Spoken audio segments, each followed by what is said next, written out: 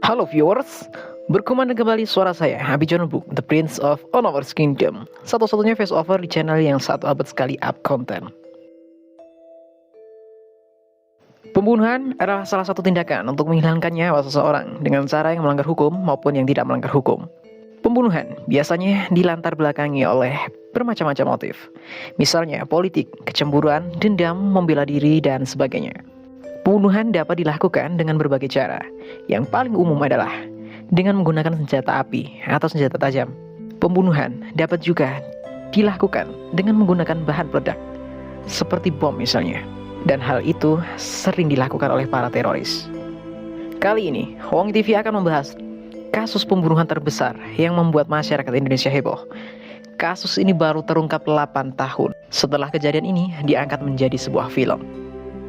Ya, tepat sekali. Kasus pembunuhan Vina. Kasus pembunuhan sepasang kekasih Vina dan Rizky atau Eki di Cirebon, Jawa Barat pada Agustus 2018 kembali jadi sorotan publik.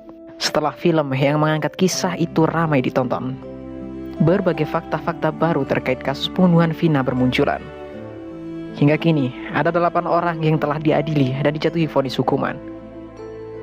Polisi awalnya menyebut total ada 11 orang pelaku yang terlibat pembunuhan Vina dan Eki, sehingga masih ada 3 orang yang buron selama 8 tahun. Polda Jawa Barat bahkan merilis 3 orang itu dalam daftar pencarian orang atau DPO. Baru-baru ini, polisi menangkap seorang bernama Peggy Setiawan alias Perong, alias Robi Irawan.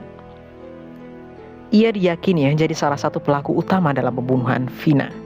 Namun, setelah penangkapan Peggy, polisi meralat bahwa total pelaku hanya 9. Maka semua pelaku pembunuhan telah ditangkap. 2 DPO yang digugurkan yakni Adi dan Dani. Polisi menjelaskan pencabutan status DPO terhadap 2 orang itu karena ternyata para terpidana hanya asal sebut. Miris memang, kasus besar ini seolah dianggap remeh oleh kepolisian dengan dalih asal sebut. Pengamat kepolisian dari ISSIS, Bambang Rukminto menilai polisi belum bekerja secara profesional. Menurutnya, saat ini penyelidikan polisi dalam kasus pembunuhan Vina terasa janggal. Ia mengatakan, seharusnya polisi bekerja secara objektif dan ilmiah sehingga tak gegabah ketika menetapkan para DPO terduga pelaku. Kehebohan kasus Vina juga terjadi di sosial media seperti halnya Twitter, Instagram, hingga TikTok. Kehebohan kasus ini seolah tak menghentikan netizen untuk menyuarakan kasus Vina Garut ke hadapan publik agar segera menangkap otak dari pelaku pembunuhan Vina. Hingga pada akhirnya, polisi berhasil menangkap Egi atau Perong alias Robi Setiawan. Namun, meski Peggy telah tertangkap, kejanggalan dalam kasus ini mulai terlihat. Salah satu akun di laman sosial media Twitter mengunggah foto perbandingan Peggy atau Perong yang lama dan Peggy yang sekarang. Nampak jelas perbedaan yang cukup signifikan dari kedua gambar tersebut.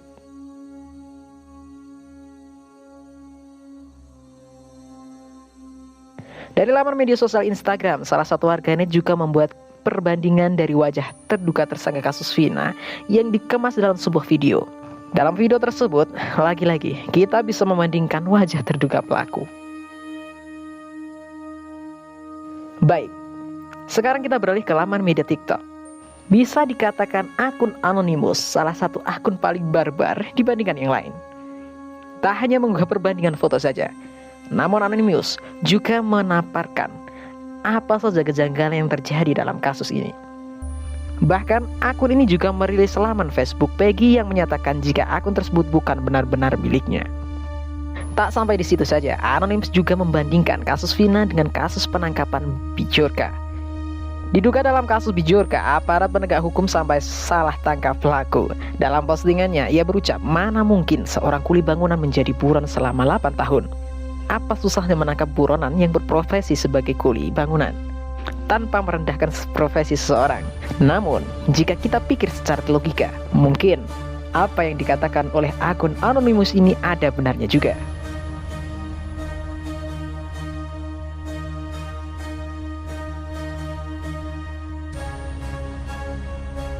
Jika kita bahas kejanggalan yang terjadi dalam kasus Vina, mungkin tidak akan pernah ada habisnya.